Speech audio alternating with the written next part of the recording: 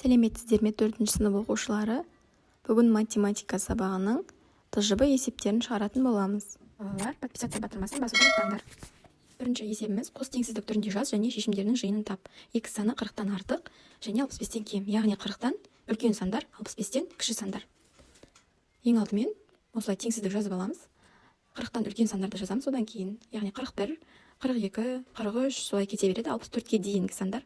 Яғни 40-тан үлкен сандар, 65-тен кіші сандар.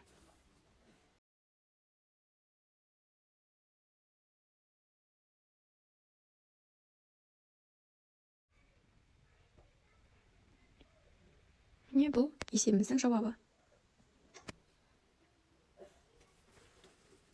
Келесі есебіміз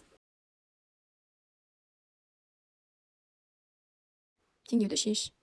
Теңдеуді шешу түрін мұнда көрсетемін.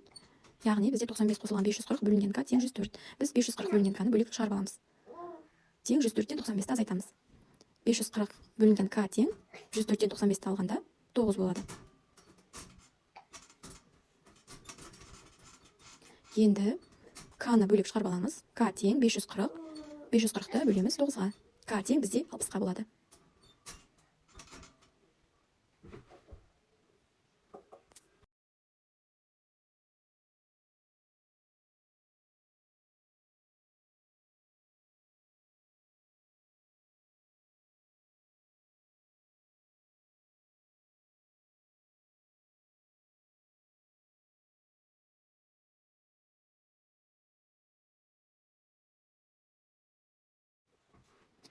Енді есебіміздің орнына қойып көреміз.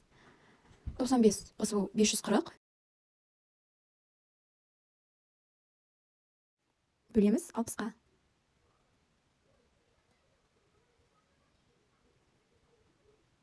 Тең 104. Яғни бірінші бөлу амалы орындалады. 540-ты 60-қа бөлгенде 9, 95-ті 9-ға қосқанда 104 шығады. Сонда бізде к тең 60-қа жауабы осы. Және бұл жерде біз жақша қойсақ та болады, себебі кейбіреулер қосуды бірінші орындап қою мүмкін, білмейтін жағдайда. Және бізде үшінші есебіміз салыстыр, бұл ең оңай есеп деп ойлаймын.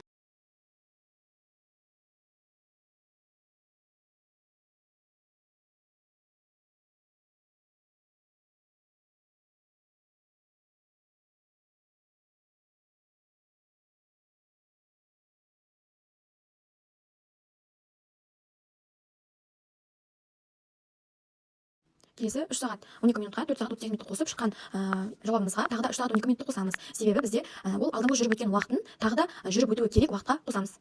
Келесі боялған фигураның ауданын тап.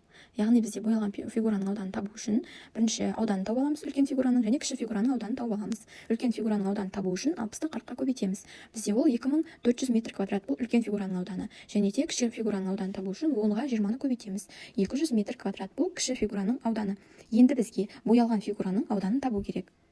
Яғни боялған фигураның ауданын табу үшін үлкен фигураның ауданынан 2400 метр квадраттан азайтамыз кіші фигураның ауданын 200 метр квадрат. Тең болады 2200 метр квадрат.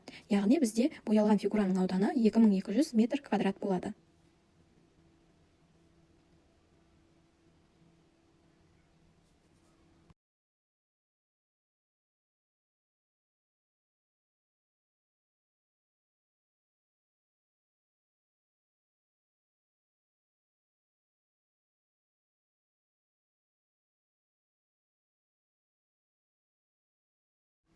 Ал балалар, енді біздің тжб бітті есептеріміз. Сау болыңдар.